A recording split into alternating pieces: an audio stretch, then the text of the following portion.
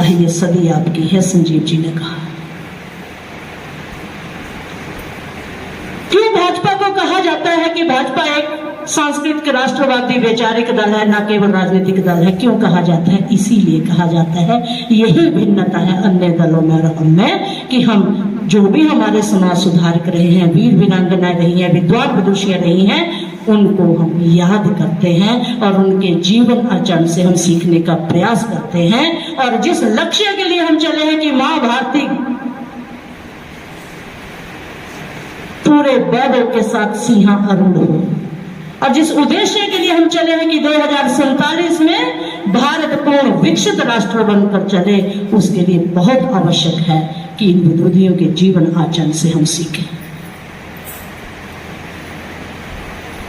छोटी सी कन्या 9 वर्ष की, आज भी हम कहीं समरसता की बात करते हैं, जाति बंधनों से छूटना चाहते हैं और एक दूसरे को बताने का प्रयास करते हैं कि हम सब ऋषियों की संतान हैं। 300 वर्ष का कार्यकाल देखो, 300 वर्ष पहले भी हम समरस थे। चरवाहा परिवार में, गडरिया परिवार में जन्मी, मामूली किसान के घर में जन्मी 9 साल की कन्या एक शिवलिंग बनाकर घाट के किनारे मंदिर के पास पूजा अर्चन अपने सखियों के साथ कर रही होती है। राजा वहां से गुजरते हैं, घोड़े रसले असले के साथ गुजरते हैं, पड़ाव है, रुकते हैं, घोड़े की पदचापों से, उसके आकर्षण से बच्चे तितर बितर होते हैं, लेकिन देवी मां अहिल्याबाई होकर वहीं बैठी रह जाती है। राजा रोके, उन्होंने पूछा कि आप क्यों नहीं उठे? बोले मेरी माँ ने मेरे को संस्कार दिया है कि जिनको तैयार हम करते हैं, जिनको जीवन हम देते हैं, जिनको हम स्वयं बनाते हैं, उसका रक्षण करने का दायित्व भी हमारा होता है। तो ये शिवलिंग मैंने स्वयं बनाया था, इसको कोई हानि न पहुंचे, मेरे शरीर को आंच आ जाए, इसलिए मैंने ये गोदी में छुपा दिया। राजा प्रभावित होते हैं 8-9 साल की बच्ची के मुंह से ये बात सुनकर। वो सुरीली आवाज में भजन गाती है। राजा पूछते हैं ये किसकी बेटी है? पता चलता है जिस गांव में आप रुके हैं, ये वहां के जो मुखिया हैं उनकी बेटी है। उनकी सुरीली आवाज, उसकी वाकपटुता राजा को प्रभावित करती है। बेटियां पूछती हैं आप पानी पियोगे? हाँ पीऊंगा। पानी पिलाती है, साथ में प्रश्न करती है आप कहाँ जा रहे हैं? बोले हम व्यापारी हैं, इसलिए व्यापार की दृष्टि से जा रहे हैं। बोले फिर तो आपको भूख भी लगी होगी, तो मैं साथ में रोटी भी लाई हूँ, आप रोटी भी खाओ। बोले मैं रोटी नहीं खाऊंगा, पानी ही पीऊंगा। बोले फिर आप व्यापारी नहीं हो सकते। जोरदार तालियां चाहूंगी उस कुशागर बुद्धि के लिए कि 9 साल की बेटी कह रही है कि आप व्यापारी नहीं हो सकते, क्योंकि व्यापारी किसी चीज को मना नहीं करते और आप मना कर रहे हैं। कितना प्रभावित हुए, चिंतन किया, तय किया कि मेरा जो बेटा, जिस पे मुझे संशय है कि शायद वो राजपाट ना चला पाए, वो वैष्णवी है, इतनी अध्यात्मिक बेटी, इतनी सुलझी बेटी, इतनी कुशागर बुद्धि वाली कन्या, क्यों ना मैं इसको पुत्र बदल बनाऊं। सामान्य परिवार में जन्मी, अपने आचरण से राजघराने की पुत्र बधू बनी। जोरदार तालियां सुना के संघर्ष में पीछे नहीं छोड़ा। बहुत जल्दी छोटी कन्या की शादी हुई, बहुत जल्दी 2 बच्चे हुए, बिटिया हुई, बेटा हुआ, पति का देहावसान हुआ। सती प्रथा थी, मां को सती होना था। तब तक ससुर पिता को भेजा, वहां से अनुमति नहीं मिली। अनुमति इसलिए नहीं मिली, बेटा पहले नहीं। हम बुजुर्ग हो गए हैं, राजपाट कौन करेगा, प्रजा का रक्षण कौन करेगा? उनको दायित्व बोध करवाया कि इस समय तेरा धर्म जो है, तेरा दायित्व जो है वो प्रजा रक्षण का है। मां ने स्वीकार किया, लेकिन उस पुण्य आत्मा के लिए फिर से जोरदार तालियां चाहूंगी। मां ने रानी बनना स्वीकारा, लेकिन उनके वस्त्र देखिए सामने, चित्र साधारण वेश में नहीं, रानी के वेश में, आभूषणों से लदी बदी।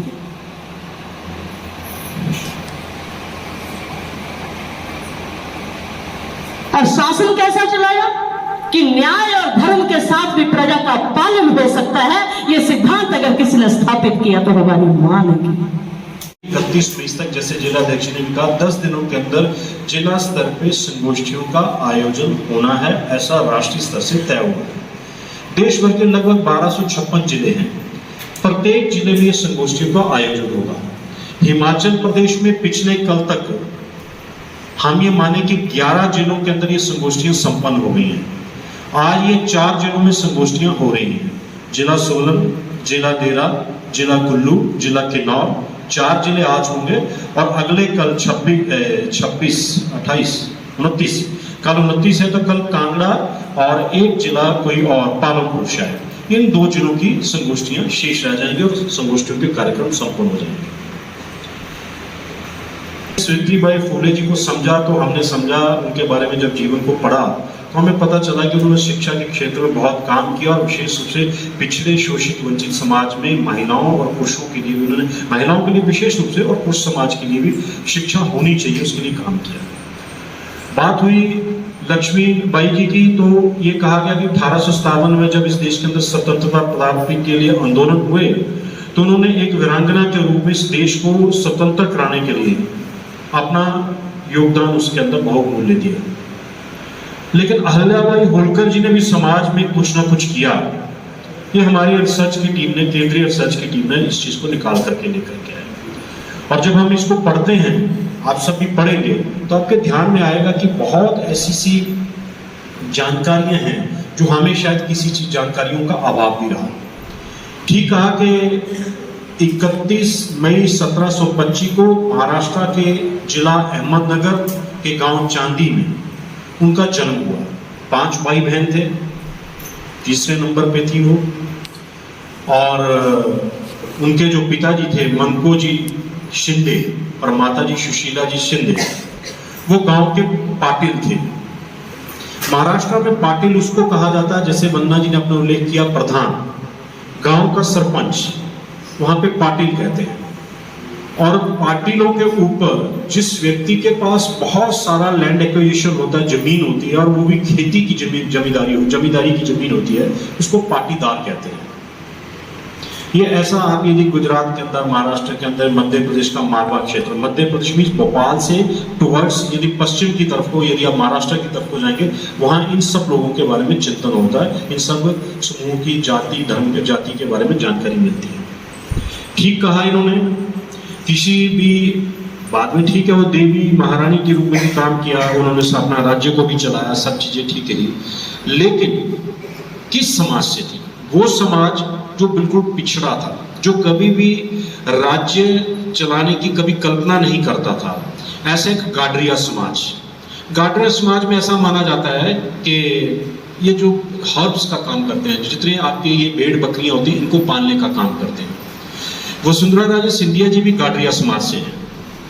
यदि आप, मैं जैसे कल्पना दे रहा हूं उसको समझे, यदि आप त्र्यंबकेश्वर, कितने लोग गए त्र्यंबकेश्वर? ये त्र्यंबकेश्वर। उज्जैन कितने गए हैं? कुछ लोग। ये जो उज्जैन से नीचे का हिस्सा, त्र्यंबकेश्वर, खरगोन, बुरहानपुर और परली तरफ को नासिक के घृणेश्वर, ये सारा मालवा रीजन है। और जब आप धीरे धीरे ऊपर को आएंगे तो ग्वालियर, मुरैना और इससे चलते हुए बुंदेलखंड की तरफ को ये सिंधियाज माने जाते हैं। लेकिन ये सिंधिया भी इसी जो जहां से ये अपने अहिल्याबाई होलकर जी निकली, होलकर समाज यहाँ आया, सिंधिया वहां आए, लेकिन दोनों ही गाडरिया समाज के लोग थे और दोनों का ही संबंध मराठाओं से था।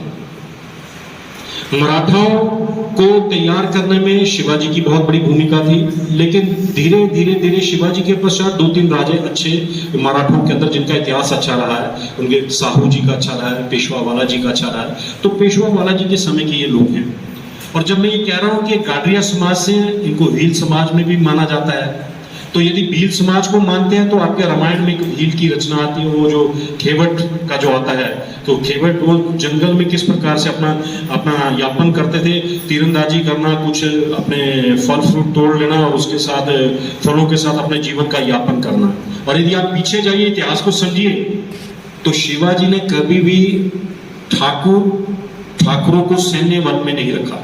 वो खुद ठाकुर थे, लेकिन उन्होंने किसको रखा? कहते थे गुरिल्ला युद्ध करते थे, भीलों के साथ मिलकर के करते थे। तो ये जिस समाज से आती है, इन समाज के लोगों को, और जिस समाज में ये शादी के पश्चात गई, जिसका उल्लेख इन्होंने किया, वो उनके ससुर मल्लाराव होलकर जी सैन्य कमांडर थे। मतलब एक एरिया मराठा के एक एरिया के मालवा रीजन के सैन्य कमांडर थे। मतलब भील जाति के या धनगर या फिर गाडरिया समाज के लोग सैन्य कमांडर थे। मतलब इसलिए वो गुरिल्ला युद्ध करते थे। इतिहास ठीक जुड़ रहा है कि गुरिल्ला युद्ध, क्योंकि भील जाति के लोगों को हथियार तो चलाना नहीं आते थे, लेकिन वो इस तीरंदाजी से इस प्रकार से सैन्य बलों को खत्म कर देते थे कि इसलिए मराठा शिवाजी जो थे वो भी अपना ये युद्ध करते थे, गुरिल्ला वार करते थे। तो मल्लाराव जी इन्होंने उल्लेख किया कि बेटी उनको कहाँ मिली। अल्लाबाई होलकर जी एक मंदिर में मिली, मंदिर में पूजा पाठ और सफाई का काम कर रही हैं। मल्लाराव जी वहाँ से पुणे क्यों जा रहे हैं? क्योंकि मराठों का जो हेडक्वार्टर था वो पूना था, वो सैन्य कमांडर थे, तो वहाँ जा रहे थे। तो रास्ते में रुके कहाँ रुके?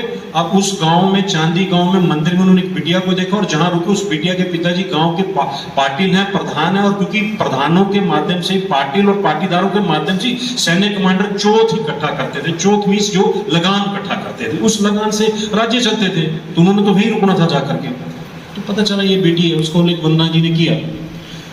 शादी 9 वर्ष की आयु में होगी, 1725 में पैदा हुई। कि कुछ किताबें कहती हैं, इतिहास कहती हैं कि 1733 में हुई, कुछ 1734 कहते हैं, पर लगभग 8-9 वर्ष की आयु में उनकी शादी हो गई।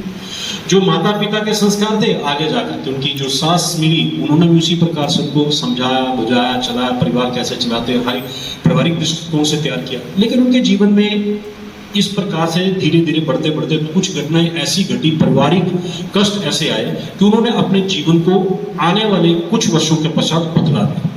ठीक कहा इन्होंने कि 1733 में शादी होती है, 1743 में उनके बेटे मालेराव का जन्म होता है, 1745 में उनकी बेटी मुक्ताराव होलकर जी का जन्म होता है, और सैन्य कमांडर ससुर ही हैं, मल्लाराव जी हैं। 1754 तक पहुंचते 25 से 24 संगठनात्मक जिला के अंदर रानी अहिल्याबाई होलकर जी की त्रिशताब्दी जन्म जयंती वर्ष के अवसर पर एक जिला स्तरीय संगोष्ठी का आयोजन किया गया है।